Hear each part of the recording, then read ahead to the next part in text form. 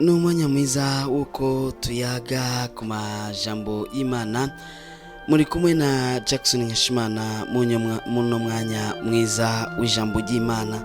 Ndizere ko abantu benshi rero muri ku maradiyo yanyu muriko murakurikirana kugira ngo mumve ijambo ry'uno munsi, ijambo Imana yashimye ko tuyaga, ijambo riza kuguha guhembuka, ijambo ushobora kugenderako. Reka dusome amajambo yanditse mu gitabo ca Zaburi, dusome amajambo yanditse mu gitabo ca Zaburi 27 ku murongo wa 13. Zaburi 27 ku murongo wa 13, Zaburi 27 ku murongo wa 13. Turasoma duti: mba narihebuye iyo nizera ko nzobonera ukugirira neza kuhoraho mu isi y'abakiriho. Ndasubiramo: mba narihebuye iyo ntizera ko nzobonera ukugira neza kuhoraho mu isi y'abakiriho. Ano majambo meza cyane yanditse mu gitabo ca Zaburi. Tukaba twizera rero ko abashoboye kuba batagira amabibiriya yabo bashoboye kumva. Ndasubiramo: ni Zaburi 27:13 ati mba narihebuye iyo ntizera ko nzobonera ukugira neza kuhoraho mu isi y'abakiriho. Reka ndakubwira ijambo tuza kuvugana ko ni ijambo rivuga riti ntuzobigumamwo bugira buke. Guti amen. Ntuzobigumamwo bugira buke. Ntuzobigumamwo ibigeragezo canke amageragezo. Hari gihe rero umuntu aba mu mageragezwa akibaza ko bizotegezwa kuguma ari uko, kandi agata ukwizera kumva umenga karabaye, nta handi nta kundi nta yindi nzira ishoboka kugira ngo umuntu ave hahandi yarari. Kenshi abana b'abantu barihebuzanya. Umuntu arashaka kukubwira akakubwira ati koko ndakubwije ukuri ko izi ngorane nawe bizogenda gute utegeza kuzozigumamo. Nawe urashaka kuvyumva kandi ukamva urabitahuye. Ndaguha akarorero. Tuvuge nk'ubu ukaba waramugaye canke waracitse ukuguru canke wamugaye mu buryo bundi, amaso, amaguru, amaboko. Wumva ko umengana ubuzima utegeza kuzokwamurimo, kandi urumva ko niko vyama, niko bizokwama kugeza aho uzorinda upfa. Ariko ndakubwiye ko utazobigumamwo kuko bugira buke. Ndibaza ijoro nta numwe rinezera. Kenshi abana b'abantu baragerageje no gushira amatara mu ijoro kugira ngo barabe ko ijoro ryohunga, mugabo ijoro ntishobora guhunga. Ijoro rarigumamo mugabo hakagira umwanya iryo joro rihera. Kandi naho gira ingufu zimeze gute, naho wihutisha iki, ijoro rya joro riguma ari rya rindi, y'amasaha aza kumara ijoro aguma ari yayandi. Sinzi ko wibuka igihe kumbure wigeze kugwara mu ijoro canke ugafatwa n'inda, canke umudamu wagafatwa n'inda, canke undi muntu uzi agafatwa n'inda mu ijoro. Iryo joro ubona umenga ryanse guca. Ijoro rirabaho ku bantu bose mugabo ntibaryakira kumwe. Hari umuntu ijoro ribaho mugabo akaguma mu gahwekere ntagire ikibazo kirekire cyane. Hari n'uwundi ijoro ribaho mugabo rikamutera ikibazo kinini cyane.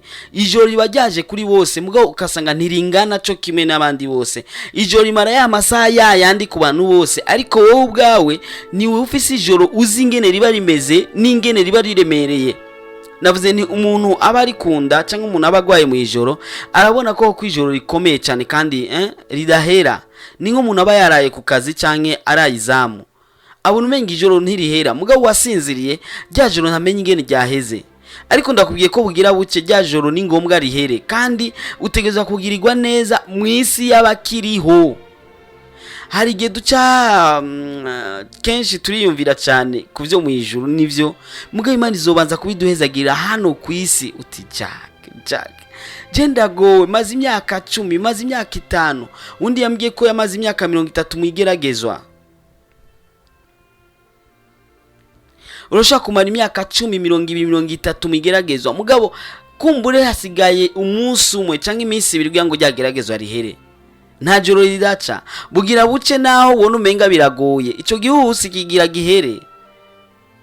Igihe abigisha bari kumwe na Yesu mu bwato nibumva ko bishoboka ko bova muri ubwo bwato, bumva ko umenga barapfuye kuko wahamagaye Yesu bavuga ati turapfuye turashize. babona ko umenga ntibikunda kuva aho hantu, kuva muri ico kiyaga gifise imifundi imeze nk'uko, bumva ko umenga ntibikunda ko byoshoboka ko bokivamo. Ariko Yesu yarazi ko bakivamo kandi yarazi ko biza kugenda neza. Iyo Yesu ababwira ati rindira rindira, bamuratuje bugira buce, kumure ntibari kumumva n'ingoga. Ibuka wa munsi wari mu bibazo kanaka, ibibazo warimwo sindabize, ngoma ndaguha akarorero kenshi cyane canke naho ko bagake, ndaguha akarorero kerekana ingene Imana ishobora kugira neza, kandi kugirira neza itaravye ubwoko bwawe, itaravye uburebure bwawe, itaravye irangi yawe, itaravye ubuvyibuhe bwawe, itaravye ikintu na kimwe, ikugirira neza. Hariho abashinga naye batumuye bafise amashuri kukurusha, bize cyane, bafise imida, bafise imiduga, bafise ibizu, bakeneye kuronka ivyo wowe ufise mugabo. Mugoma widodomba misi yose ugumurira, ugumubona kumenga Imana yaraguhevye, ugumubona umenga Imana yaragutaye. Ntabwo yaguhevye kandi ntabwo yagutaye.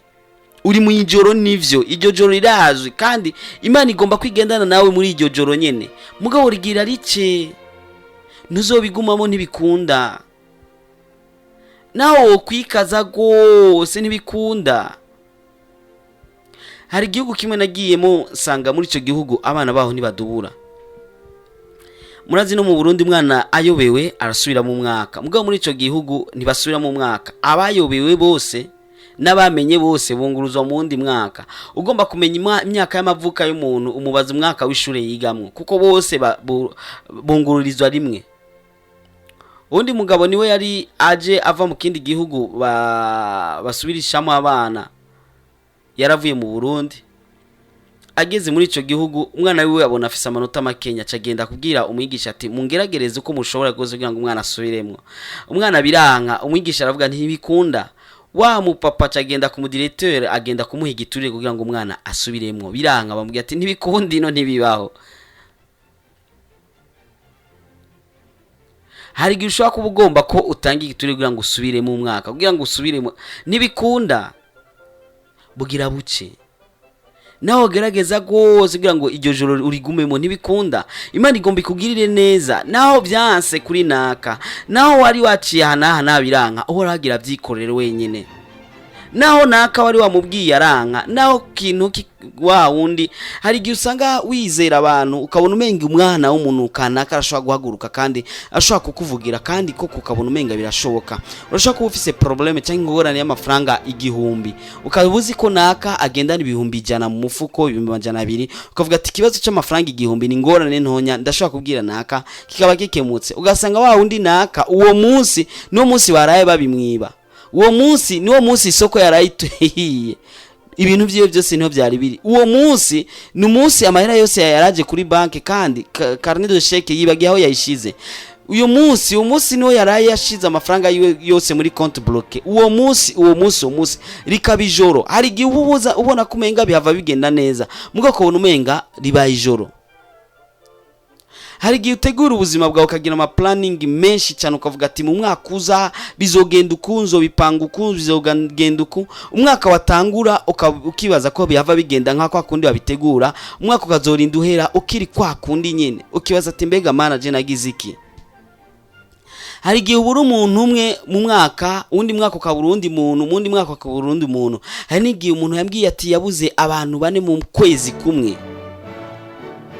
Ndazi umupapa yabuze abana ku munsi umwe, abana 2. Undi muri no misi yariko arashingira intavuga ati twavutse turi 5, 3 babishe turi kumwe. Nawe baca baramurasaba, barasaba ndi 2 basigaye barakomereka gose. Hari igihe uba mu ijoro rikomeye cyane ku buryo wibaza ati icyoma nkapfa, icyoma nkavaho, icyoma simbe nkiriho. Ariko ugira buke ntuzobigumamo. Utijaga wivugira witwengera nko kumengana ibisanzwe no kutazi ivyo mbayemwo. Hari n'igihe usanga nigeze kuba mu bintu kumbure bigoye kurusha ivyo uri kurabamwo.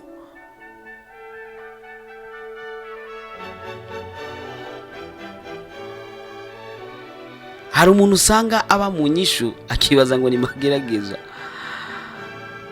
undi mupapa niwe yaragendewe n'umundi mupapa n'umudamu. Mwaravyumvise muri kagakino kafaraja, agendewe n'umudamu n'umupapa batavyara, maze uwo wundi mupapa yaravyara, yarafise abana baba mukugorana muri salo. Acatangura kugira babandi ati mwe murahiriwe shamo mutagira abana. Iyumvire nawe, umuntu atagira umwana amaze imyaka 5, 10, 15, 20 akeneye umwana, ukamubwira ati urahiriwe wowe utagira umwana. Akeneye na wa wundi basiyo muririrako. Icyo bamwe baririra nico abandi barirana. Nibizokwama bimeze uko nibikunda. Nibizokwama bimeze uko. Ubwo bukene urimo ntibuzokwama bumeze uko. Uvyibuke kandi ubimenye. Nimba warizeye Yesu Kristo nk'umwami n'umukiza wawe, ategerezwa kukwishura byanke bikunde. None si ijambo dusomye siri Zaburi 27:13 ati mba narihebuye iyo nizera ko nzobonera ukugira neza kuhoraho mu isi y'abakiriho. Ukugira neza utegeza kuzokubona abantu bose bakibona, na wa wundi naka kiriho, na wa muhungu wawe akiriho sha, na wa mama wawe akiriho, na wa ntuzenya akiriho, uzovyibonera wenyene n'amaso yawe. We nturiyo kugihamana oya, uriyo kubw'umugambi w'Imana.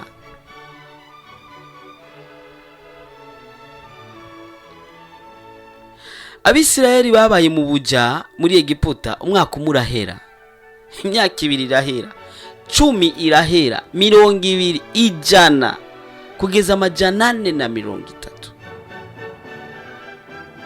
Uravyiyumvira nk'ivyo? Umuzukuru n'umuzukuruza bose bakazokura bakorera mu buja. Sinzi kahise ko Burundi kugeza uno munsi ko kamaze imyaka ingahe. Iyumvire nawe, kuri sogokuruza na sogokuruza bakaba bari mu buja, mugabo hakagera uwundi munsi bugaca. Nibizokwama bimeze uko ya, nuzokwama muri ivyo. Ico ngira ndakikwibutse, warukize imbwa waracibagiye. Byatumye udendebukirwa, byatumye ufata imigambi yo kutaja gusenga. Mbe nuno munsi wari wafashe umugambi mubi, urabizi, hindura, kuko Imana igomba kukugirira neza. Aho byakabereye ni kera. N'umunsi wawe nawe, umunsi w'amashimwe, tangura gutegura ivyo uzokoresha mu buryo bw'amashimwe. Wari wakoreye Imana n'ivyo, wari waritanze ku vy'Imana n'ivyo, wari warakoze vyinshi vyiza, wari warakoze kwa kundi, ariko hari hageze ko aho wumva umenga uricujije icyatumye ukorera Imana. Ndabesha uti Jack ntobesha. Ingi ndagwa karero, waritanze cyane ku rusengero, maze mu misi mike ugirana ingorane n'abantu kumbure kanaka ku rusengero, utangura kwiyumvira nko kumenga ya mafaranga watanze wayatangiye umwana w'umuntu. Ati iyo menya ajya amafaranga nari kuyakoresha ikineke, nari kuyubaka mu inzu yanje, nari kuyaguramo ikirato, nari nshoboye kugira ikineke. Akana karero ndaguhaye, ni wicuze kuco wakoreye Imana kubera ibibazo uciyemwo, kuko nayo igiye kugushumbusha kandi igiye kugira neza. Agiye uca mu magerageza ukibaza ati nje rero ni deuxième partie ya Yobu.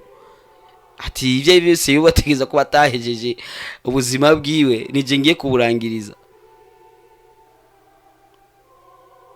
Ara mageragezo n'amageragezo, mugabo nubwo bimeze uko buraca tu, naho byogenda gute buraca tu, kandi uko kimwe kigenda kivamo, shima Imana. Shima Imana kuko ubonye igeragezo cumenya ati iri ryarengane, kumburi hasiga amageragezo 2 cyangwa 3 kugira ngo nshikigwe nanje Imana ize kunyibuka. Ndakubaze, Yesu azoduhanagura amosozi, mbega azoduhanagura amosozi tutarize? Inyishu ivuga toya, azoguhanagura amosozi warize bien. Ni ngombwa turire, kandi mu mageragezo yose tuyacamo Yesu abibona. Hanige wisonzesha cyane iminsi 2 3 5 ukisonzesha tro ukibaza ati ubu hoho ninge nisonzesheje 40 jours. Aha rero no kuri Imana iraza kuvyishura, ukazubona Imana iri kawushije, ukazubona uwundi nawe ntanasenga banashaka kwa Mungu usanga ariko aramesura, kwa Mungu usanga ariko akina umupira, kwa Mungu usanga ariko ariruka agira sport, kwa Mungu ari mu bintu kanaka ntaje no gusenga. Umubwiye byo gusenga guyatira kare ukazubona niwe yishuwe cya kindi wari kurasaba. Wararushe ikirato cyarapinze agakinga karatobotse niko wagira ko kujya kuvuga ubutumwa. Mugabo wasaba Imana iguha umuduga, ukazubona umubanyi wawe wundi yikundira abagore cyangwa yikundira abagabo, ukazubona rusi kiduga cyiza aza gukorera mu ivyaha, ukavuga ati ya Mana ni wewe bimeze gute? Reka rindire gihe cyawe nta nikiragera bugira buce. Urakeneye akana, urarira uti Mana nokuri urashaka umwana nayo bameze gute? Je wo mumaje no mwakira. Ukazubona uwundi mukumbure naka ataramukeneye, umuyigeme yibereye ku ishuri, ukazubona twayinda kakana abyagiye kugata mu ishamba canke mu ruzi canke mu toilette. Uvuga ati Mana niko bigenza gute? Sinzi ibiharuro byawe ingene bimeze. Ibiharuro vy'Imana bitandukanye ibiharuro by'abana b'abantu. Mugo ndakubwiye ko bugira buce rero nibizokwama bimeze uko, ntuzokwamuko kandi ntuzopfumeza uko. Oya kumburura umuyige mu mazi imyaka 50 utararonko mu bakana, uvuga ati je karabaye ndapfuye. Nibikunda kuzopfumeza uko uti Jack none ninapfa naho ni wapfuzozombwira ati Jack warambeshe. Ndakubwije ukuri ko ibintu bitegeza guhinduka ntibizokoma bimeze uko. Igihe wabayemo uba muri ivyo bibazo ni kirekire kurusha igihe gisigaye. Uzubaze abisirayeli nuko towabonye babandi bari bavuye muri Egiputa cyagihe, igihe bagira bashike mu gihugu cy'isezerano niho ingwano zabaye nyinshi cyane, zabaye nyinshi gose ku buryo hagira n'igihe hapfa abasoda abasirikare benshi cyane. Muri buki gihe Akani akora icyaha, abasirikare b'Abisirayeli bapfuye babaye benshi cyane, kandi bari bageze aho bashika aho bagira bagere. Hari igihe ubona inyishu igira igere hakaza amageragezo menshi cyane, wari utonge kubona gaco mugabo amageragezo akaba menshi. Wararize ukeneye umutahe, urarira ukeneye umutahe, uzibona umuntu aragukopesheje 100,000 ati yo ndaronsa gaco. Inzu warurimo ukacuyivamo ukaja gupanga inzu ya menshi ya 5, warubaye kumbure mu nzu ya gusa, kumbure bari baguhaye akajyango kamwe canke ndazi, ukavuga ati ubu rero Imana igira ikora igitangaza. Warangura ubishize mu isoko uwo munsi nyene isoko ikararihiye, kimvye ati mbega none kace njehe mbega nakoze icyanya bakibere y'Imana. Si icyaha wakoze ni ijoro gusa risanzwe, kandi wasenga Imana ikaguha byinshi, kandi ikaguha byinshi by'abandi, wowe ibyawe ukabura na kimwe ushobora kuronka. Mugo ntuzobigumamwo. Oya bitegeza kuzohinduka ko tavyumva. Utegeza kubitahura bitegeza kuzohinduka ntibizokoma bimeze uko.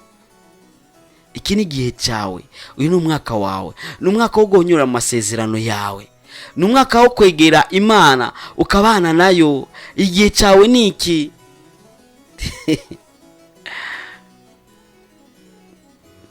Warababaye cyane nivyo, abantu barakubwiye amajambo menshi mabi nivyo. Hari igihe umuntu akubwira ijambo rikomeye cyane rikubabaza, ribabaza umutima wawe, ukimvira ingene uwo mwishura bikangu gatwenga, abantu bakibaza ko ataco wumvise, kumbe cyababaje umutima wawe bivanye n'amageragezo urimo. waramugaye kuzumva bakubwira ati nta bimuga dukeneye ngaha mviraho. Wajya gusaba umugeni bakamukwima ngo nuko ufise amafaranga make cyangwa nuko berutize cyangwa nuko berutize amashuri ya naya nibyo kwama bimeze uko. Ubu basigaye biga bakuze, utegeza kuvyikuramo kandi uwisezerere kandi uvyibagire kuzokwa mu mezi uko ntibikunda. Uko ubone wese aragusuzugura, ugasuzugurwa mbere n'umuntu atakuzi. Urabona umuntu asuzugurwa n'umuntu atamuzi, umuntu atakuzi muhuriye muri bisi akagusuzugura, umuntu uri muriye muri isoko akagusuzugura, umuntu muhuriye kwishaka akagusuzugura, ukiyumvira ati mbega none kiwe cyane byose je hari ikintu no narakoshereje Imana. Wasuzuma ugasanga wapi, ukihana ugasubira, ukihana wa musi wigeze kwinjira mu rusengero wambaye amashesheti atobotse, ukibuka wa musi winjiye mu rusengero wambaye ishati itamesuye, ukarira ukabona umenga wagize umenga ukeneye kwihana ubundi bushasha, ukihana ugasubira, ukihana ugasubira, ukihanura ukihana kandi ukarondera inyishu kabura. Mugabo ndakubwije ukuri ko udategeza kuzokwa muri ivyo. Hari umunsi wawe iyo urushe, iyo uremerewe ukumva biranse, bibwire Yesu, nawe arafise ikintu gishasha aza kukubwira. Reka tumvize no muririmbyi gatonya, n'umuririmbyi wani wacu Bobo Kijege, maze mukanya tuce dusenga.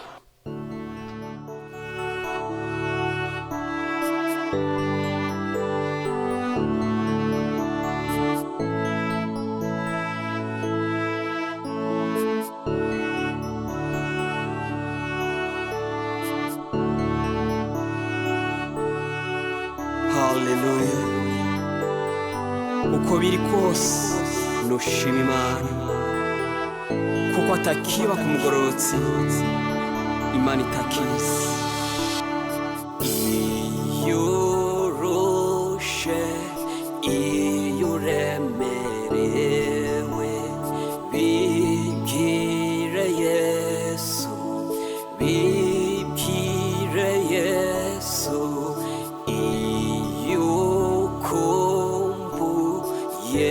Bimwe vya kera, bibwire Yesu nyene,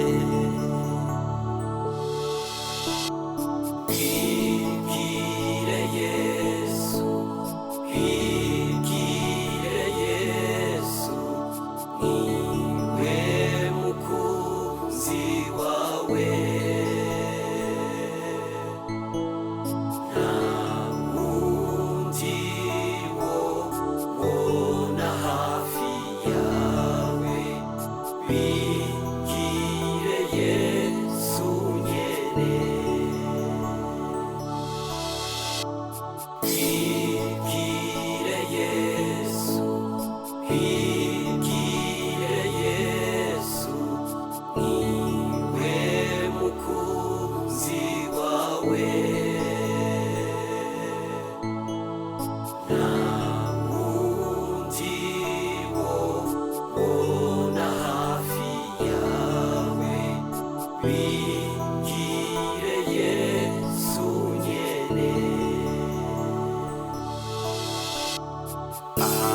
Ayo marira nayo marushwa, bibwire Yesu, bibwire Yesu.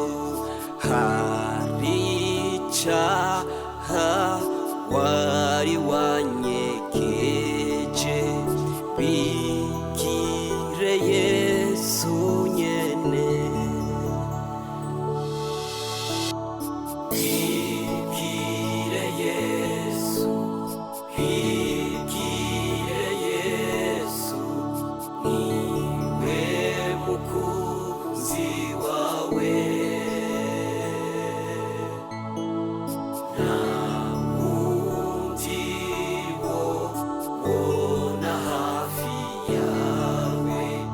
Be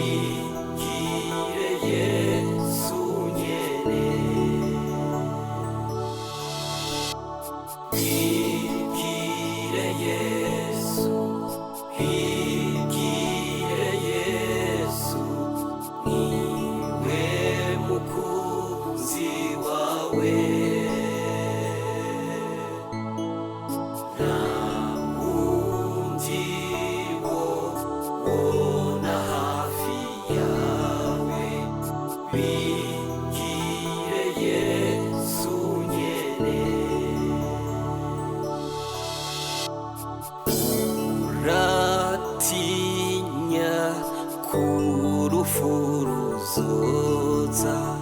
Bibwire Yesu, bibwire Yesu, iyumvire ingene Yesu azoza. Bibwire Yesu nyene, bibwire Yesu, bibwire Yesu, niwe mukunzi wawe. Nta wundi wobona hafi yawe. Bibwire Yesu nyene, bibwire Yesu, bibwire Yesu, niwe mukunzi wawe. Nta wundi wobona hafi yawe. Bibwire Yesu nyene.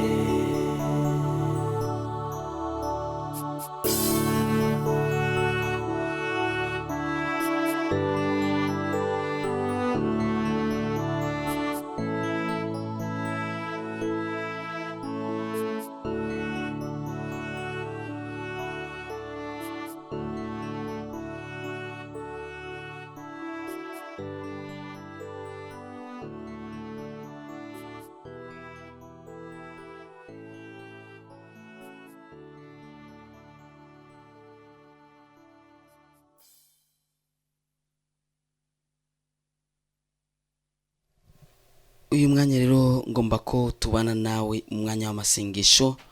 kumbure wari umaze kuruha, wari umaze kudendebukirwa, utabona iyo uva n'iyo uja, ngira ndagusengere Imana ikugirire neza. iryo joro urivemwo, uriheze, nta joro ridaca, bugira buce kuri wewe. Ntibizokwama bimeze uko, oya, bitegerezwa guhinduka. Mwami Yesu, mwami ugororotse, data udukunda, data utwitwararitse, ndakweretse uno mwene data ibibazo yaciyemwo ni vyinshi. ijoro arimwo menga abona umenganira izitanya, nabone yaserukira, nabone yavuye, nabone yariko araja.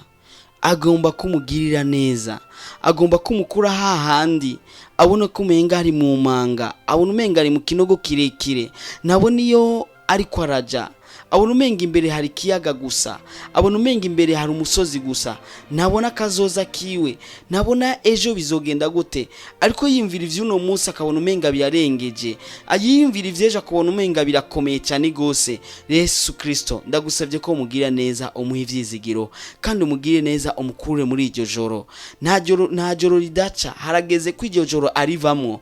Ni ijoro kumbure ryabaye rirerire, ni ijoro kumbure ryabaye iriteye ubwoba kuri we, nijoro ryatumye abantu kumbure bamuvako, nijoro ryatumye kumbure n'abagenzi bamuvako, nijoro ryatumye mbere n'inshuti n'abagenzi bamuvako. Yesu Kristo, ndagusavye ko umugirira neza. Uno munsi ubu munsi wiwe gitangaza, uno munsi ubu munsi wo kwinjira amasezerano yiwe, uno munsi ubu munsi wiwe wo kugirirwa neza, uno munsi ubu munsi wiwe wa deliverance, uno munsi ubu munsi wiwe wo kuva muri ya madaimoni, uno munsi ubu munsi wiwe wo kuva muri vya bindi byose byari bitameze neza. Mugirire neza Kristo, ndizeye kuza kugira neza, ni mu izina ryawe Yesu Kristo umwami n'umucunguzi, amen. Ufise ikibazo urashaka kuntelefona cyangwa ukanyandikira kuri 79 57 14 29 cyangwa 75 57 14 29. wari kumwe na Jackson Nkeshimana, wari kumwe na Jackson Nkeshimana, wari kumwe na Jackson Nkeshimana, wari kumwe na Jackson Nkeshimana.